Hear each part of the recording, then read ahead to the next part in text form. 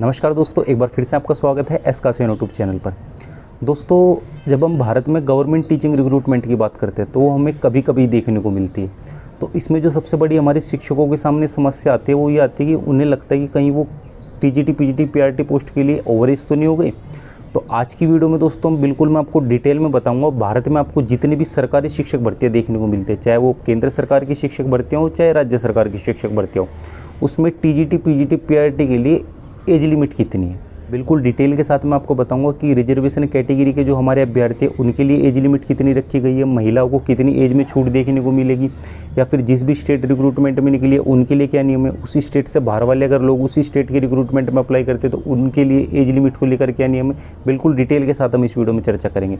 और इससे पहले दोस्तों मैं आपको एक और चीज़ बता दूँ, अगर आप अपने आप को भावी शिक्षक हैं या फिर आप अपने आप को भारत में एक सरकारी शिक्षक के रूप में देखना चाहते हैं तो वर्तमान समय में रोजगार की दृष्टि से हमारे शिक्षकों की क्या स्थिति है, इस पर दोस्तों मैंने बिल्कुल डिटेल में एक वीडियो बनाई है जिसमें मैंने आपको बिल्कुल संपूर्ण रूप से A to Z इन्फॉर्मेशन दी है। चाहे किसी भी टीचिंग रिक्रूटमेंट की हम बात करते हैं, सभी की सब दोस्तों बिल्कुल डिटेल में मैंने आपको इन्फॉर्मेशन दी है कि वर्तमान समय में हमें रोजगार की दृष्टि से हमारे शिक्षकों को किन किन समस्याओं का सामना करना पड़ता है और उन समस्याओं को दूर करने के दोस्तों मैंने उसमें आपको एक ऐसा नियम बताया, अगर वो गवर्नमेंट रूल फॉलो कर लेती है ना तो दोस्तों हमारी जो शिक्षकों में बेरोजगारी की समस्या है वो 90% ख़त्म हो जाएगी। तो इस वीडियो के ख़त्म होते ही दोस्तों सबसे पहले आपको क्या काम करना है, उस वीडियो को देखना। उस वीडियो का लिंक इधर मैं दोस्तों आपको आई बटन पर भी दे रहा हूँ और इस वीडियो के डिस्क्रिप्शन बॉक्स में भी दे रहा हूँ। तो प्लीज़ दोस्तों, अगर आप अपने आप को एक शिक्षक के रूप में देखना चाहते हैं या फिर आप जो एक मुहिम चल रही है, जो एक हमने आंदोलन छेड़ रखा है, चाहे डिजिटल रूप में छेड़ रखा है बेरोजगारी को लेकर शिक्षकों की दृष्टि से, तो दोस्तों अगर आप उसमें अपना सहयोग देना चाहते हो तो इस वीडियो को निश्चित रूप से आपको देखना है। पहले इस वीडियो को पूरा देख लो, इस वीडियो के ख़त्म होते ही आप उस वीडियो को जरूर देखना, ठीक है। उसका लिंक इधर आई बटन और इस वीडियो के डिस्क्रिप्शन बॉक्स में मैंने आपको दे रखा है।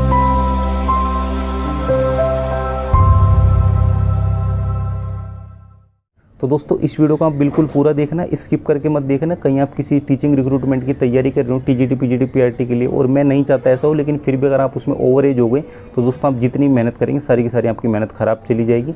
और ओवर एज का दोस्तों इसमें कोई समस्या का कोई निवारण भी नहीं है, ठीक है। कि एक बार आप ओवर एज हो गई तो दोस्तों कितनी जैक लगा लो, कितना कुछ कर लो, आप उस टीचिंग रिक्रूटमेंट में एलिजिबल ही नहीं हो। तो बिल्कुल डिटेल के साथ हम इस वीडियो में चर्चा कर ही रहे हैं, तो इसलिए इस वीडियो को स्किप करके मत देखना। और एक दूसरी बात, मेन बात ये दोस्तों, जो भी मैं आपको नियम बताऊंगा, जो भी एज क्राइटेरिया बताऊंगा विभिन्न टीचिंग रिक्रूटमेंट का, वो आज के समय में जो नियम है ना उसके हिसाब से बता रहा हूँ, वर्तमान समय में जो नियम है। बाकी दोस्तों आज से 1 साल बाद या 1.5 साल 2 साल बाद या 6 महीने बाद अगर कोई परिवर्तन कर दिया जाए तो दोस्तों इसकी गारंटी मैं नहीं ले रहा। आज जब मैं वीडियो बना रहा हूँ तो आज के हिसाब से जो नियम है उसके अकॉर्डिंग मैं आपको सारी जानकारी देने वाला हूँ।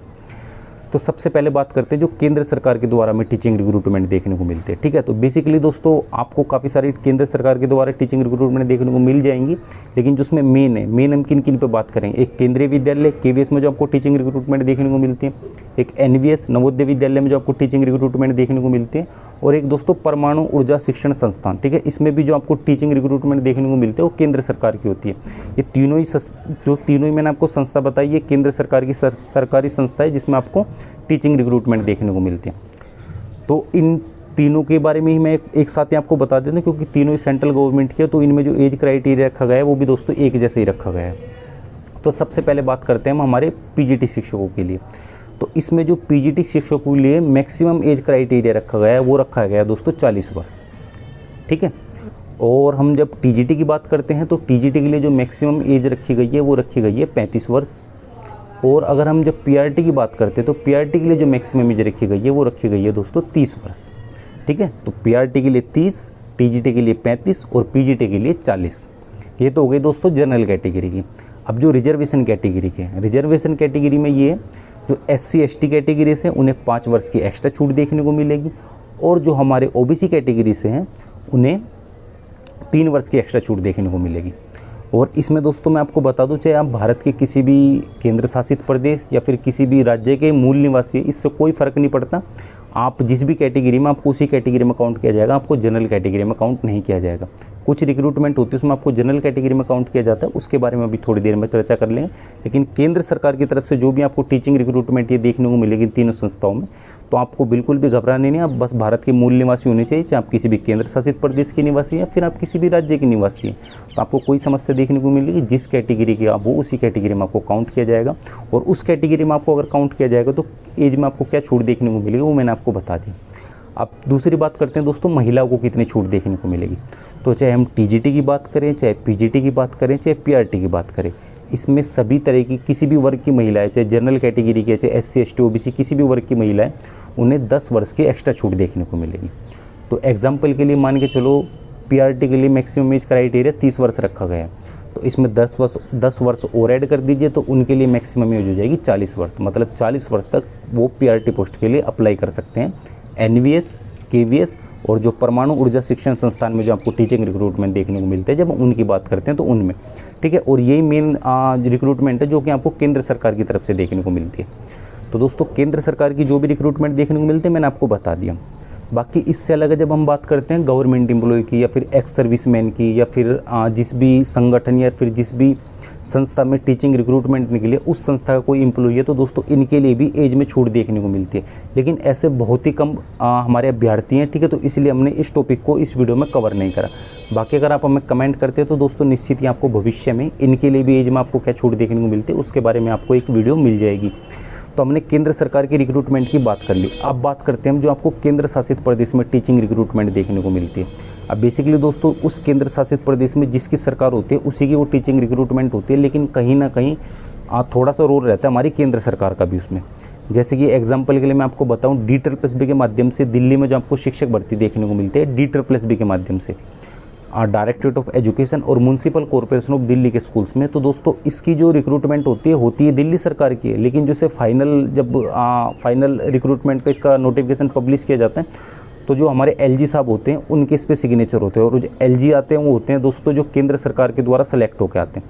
तो इस तरह से आप मान सकते हैं केंद्र सरकार का भी दोस्तों थोड़ा बहुत कहीं ना कहीं रोल होता है, ठीक है। बाकी किसी राज्य में रिक्रूटमेंट निकलते हैं दोस्तों उसमें एलजी का इतना ज़्यादा इंटरफेयर नहीं रहता।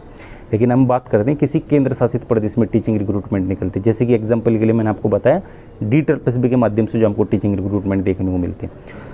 तो दोस्तों इसके काफ़ी ज़्यादा लोग फ़ैन हैं इस टीचिंग रिक्रूटमेंट के, ठीक है। अगर मैं भारत की बात करूँ तो सबसे ज़्यादा लोग इसी के फ़ैन है कि हर कोई ये चाहता है कि DSSB के माध्यम से दिल्ली में जो हमें टीचिंग रिक्रूटमेंट देखने को मिलते हैं उस पर हमारा सिलेक्शन हो जाए। अब ऐसा लोग क्यों चाहते हैं दोस्तों, इसके क्या फ़ायदे हैं, तो उस पर भी मैंने बिल्कुल एक डिटेल में वीडियो बनाई जिसका लिंक आपको इधर आई बटन पर मिल जाएगा। अगर आप इच्छुक है ये जानने के लिए तो आप उस वीडियो को भी चेकआउट कर सकते हैं। तो अब इसकी एज लिमिट क्राइटेरिया की जब हम बात करते हैं दोस्तों, तो इसमें जो मैक्सिमम एज रखी गई है पीजीटी के लिए रखी गई है दोस्तों 36 वर्ष, टीजीटी के लिए रखी गई है 32 वर्ष, और जो हमारे पीआरटी शिक्षक है उनके लिए रखी गई है दोस्तों 30 वर्ष, ठीक है।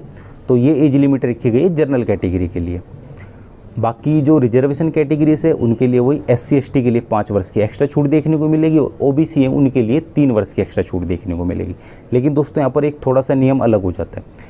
SC ST को तो कोई समस्या नहीं हो, भारत में किसी भी केंद्र शासित प्रदेश या फिर किसी भी राज्य के निवासी हैं उन्हें 5 वर्ष की एक्स्ट्रा छूट देखने को मिल जाएगी। लेकिन जब हम OBC कैटेगरी की बात करते हैं दोस्तों, जो इसमें दिल्ली के मूल निवासी हैं केवल उन्हीं अभ्यर्थियों को OBC कैटेगरी में काउंट किया जाएगा।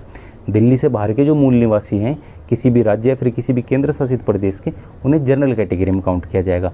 अगर उन्हें जनरल कैटेगरी में काउंट किया जाएगा तो दोस्तों जो उनका एज लिमिट का क्राइटेरिया है वो एज ए जनरल जो जनरल कैंडिडेट का होगा वही उनका एज लिमिट का क्राइटेरिया चलेगा, ठीक है। तो SC ST को कोई दिक्कत नहीं होगी, OBC के लिए मैंने आपको बता दिया। अब दूसरी बात करते हैं दोस्तों महिलाओं के लिए। अब इसमें महिलाओं को विशेष छूट देखने को नहीं मिलती 10 वर्ष की, जैसे कि हमें केंद्र सरकार की रिक्रूटमेंट में देखने को मिलती है। पीआरटी में हमें कोई एक्स्ट्रा छूट देखने को नहीं मिलती, टीजीटी और पीजीटी में भी हमें कोई एक्स्ट्रा छूट देखने को नहीं मिलती।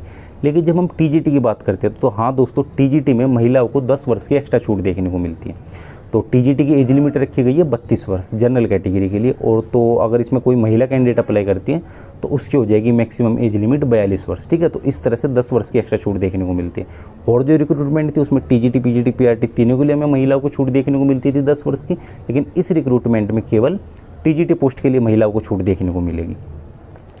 अब इसमें दोस्तों एक और चीज़ है, अब इसमें ये है कि जो आपकी जैसे लाइब्रेरी टीचर हो गया या ड्राइंग टीचर हो गया, ठीक है, इसकी जो एज लिमिट रखी गई है इसमें वो रखी गई है 30 वर्ष, ठीक है। हालांकि टीजीटी शिक्षक होते हैं हमारे लाइब्रेरी टीचर या फिर ड्राइंग टीचर, ठीक है, लेकिन इनकी जो एज लिमिट रखी गई है दोस्तों वो 30 ही वर्ष रखी गई है, ठीक है। मतलब कोई ऐसे आप शिक्षक बन रहे हैं जैसे किसी मेन सब्जेक्ट के आप शिक्षक नहीं बन रहे, मतलब जिसमें आपको बीएड, डाइट, जेबीटी, बीटीसी इत्यादि नहीं करना होता, ऐसी अगर कोई पोस्ट है तो दोस्तों उसमें जो मैक्सिमम इसमें एज रखी गई है वो 30 वर्ष रखी गई है, ठीक है। तो इस चीज़ में आपको बिल्कुल भी कन्फ्यूज नहीं होना है। कहीं आप ड्राइंग टीचर या लाइब्रेरी टीचर वगैरह के लिए अप्लाई कर रहे हो और आप सोचिए इसमें तो 32 वर्ष मैक्सिमम एज है और फिर आपको बाद में समस्या देखने को मिल जाए। तो दोस्तों केंद्र सरकार में जो टीचिंग रिक्रूटमेंट देखने को मिलते हैं उसकी हमने बात कर ली। केंद्र शासित प्रदेश में जो आपको टीचिंग रिक्रूटमेंट देखने को मिलते हैं हमने उसकी बात कर ली। अब रह जाता है दोस्तों राज्य सरकार की जो टीचिंग रिक्रूटमेंट होती है।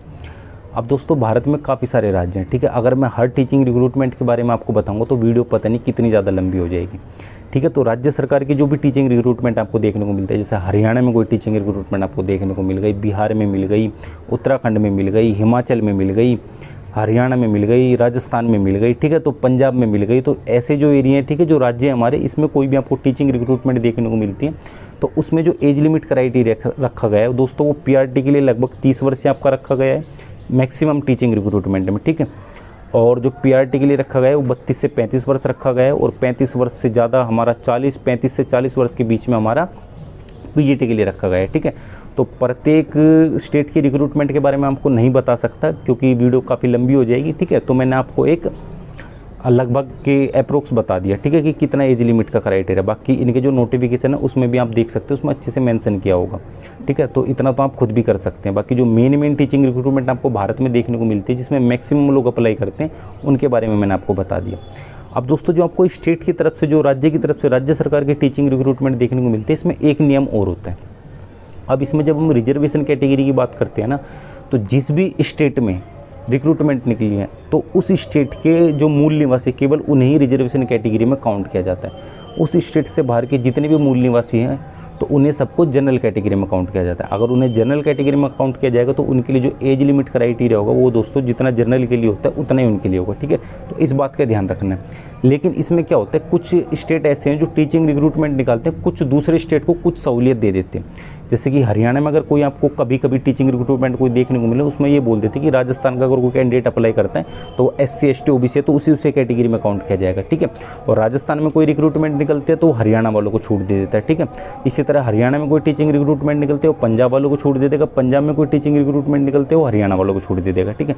तो इस तरह से इनका फेरबदल चलता रहता है। लेकिन अगर कोई पंजाब में रिक्रूटमेंट निकले वो यूपी वालों को छूट नहीं देगा, यूपी वाला राजस्थान वालों को छूट नहीं देगा, ठीक है। जिनके मतलब बेसिकली बॉर्डर जिनके आपस में टच हो रहे हैं, ठीक है, तो वो थोड़ी सी छूट दे देते हैं। लेकिन जो मैंने आपको एक नियम बता दिया, जिस भी स्टेट में टीचिंग रिक्रूटमेंट निकली केवल उस स्टेट वालों को ही इसमें प्राथमिकता दी जाती है स्टेट टीचिंग रिक्रूटमेंट में, TGT PGT PRT के लिए।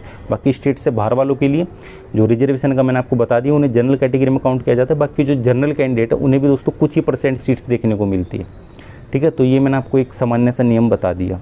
तो दोस्तों भारत में आपको मुख्य रूप से सरकारी क्षेत्र में जो भी शिक्षक भर्ती देखने को मिलती है उसमें एज लिमिट क्राइटेरिया क्या है TGT PGT PRT के लिए वो मैंने आपको डिटेल में बता दिया। अगर इसके बाद भी अगर आपको कोई डाउट, कोई संदेह रह जाता है तो दोस्तों आप निसंकोच निश्चित ही हमें कमेंट के माध्यम से उस अपने सवाल को पूछ सकते हैं। बाकी कमेंट करने के बाद अगर आपका कोई डाउट है तो आप मुझे कमेंट कर दो। बाकी अगर आपको कोई डाउट नहीं, आपके सभी संदेह दूर हो गए तो दोस्तों उस वीडियो को जरूर देखना जिसका लिंक मैंने इधर आई बटन पर दिया, जिसमें मैंने आपको स्टार्टिंग में बताया था, जिसमें मैंने आपको बताया वर्तमान समय में रोजगार की दृष्टि से हमारे भावी शिक्षकों की क्या स्थिति है, ठीक है। तो प्लीज़ दोस्तों उस वीडियो को जरूर जाके देखना, उसका लिंक इधर आई बटन पर है। तो बस दोस्तों फिलहाल के लिए इतना ही। अगर आपको यह वीडियो पसंद है वीडियो को फटाफट से लाइक करें और हो सके तो दोस्तों आप इस वीडियो को शेयर भी कर सकते हैं क्योंकि ज़्यादा से ज़्यादा लोगों तक केवल इन्फॉर्मेशन पहुंच सके, क्योंकि एज लिमिट को लेकर दोस्तों काफ़ी सारे अभ्यर्थियों में एक कन्फ्यूजन सा बना रहता है, ठीक है। तो इस वीडियो को आप शेयर भी कर सकते हैं। बाकी अगर आपने अभी तक हमारे चैनल को सब्सक्राइब नहीं किया है तो आप हमारे इस चैनल को भी सब्सक्राइब कर सकते हैं क्योंकि दोस्तों टीचिंग से रिलेटेड काफ़ी ज़्यादा इन्फॉर्मेटिव वीडियो इस चैनल के माध्यम से हम आप तक पहुँचाते रहते हैं। तो बस दोस्तों फिलहाल के लिए इतना ही, मिलते हैं अपनी अगली इसी तरह की इंटरेस्टिंग वीडियो में। तब तक के लिए जय हिंद, वंदे मातरम।